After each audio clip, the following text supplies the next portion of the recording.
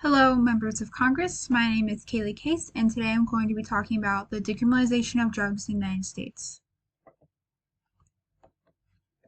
I believe we should decriminalize the possession and consumption of drugs in the United States because its origins are racist. The whole reason drugs were criminalized in the first place was so the government could exert control over minority populations they did not particularly like.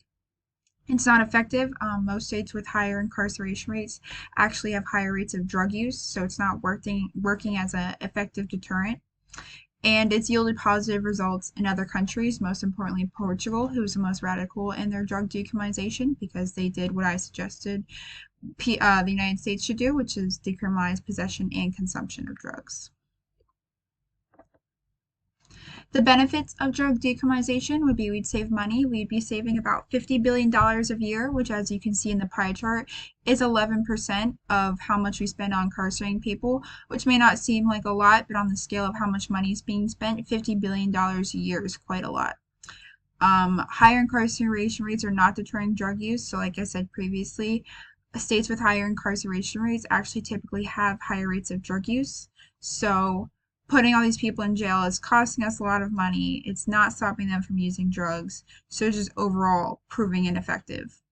And Portugal has had a positive experience with drug decriminalization. Their drug use among 15 to 24-year-olds, which is the most at-risk population, has decreased. Their rates of HIV have decreased.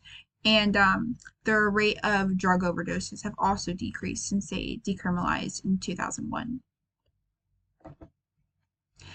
This graph shows, or chart rather, shows how many drug arrests we make each year, which is 1.6 million, and 85% of those are just for possession of drugs. So that is well over half. Most of our arrests are just for possession, which is not something we need to be arresting people for. It's a waste of time, it's a waste of resources, and it's not helping the people we're arresting in the end. And these are my references. Thank you all for your time.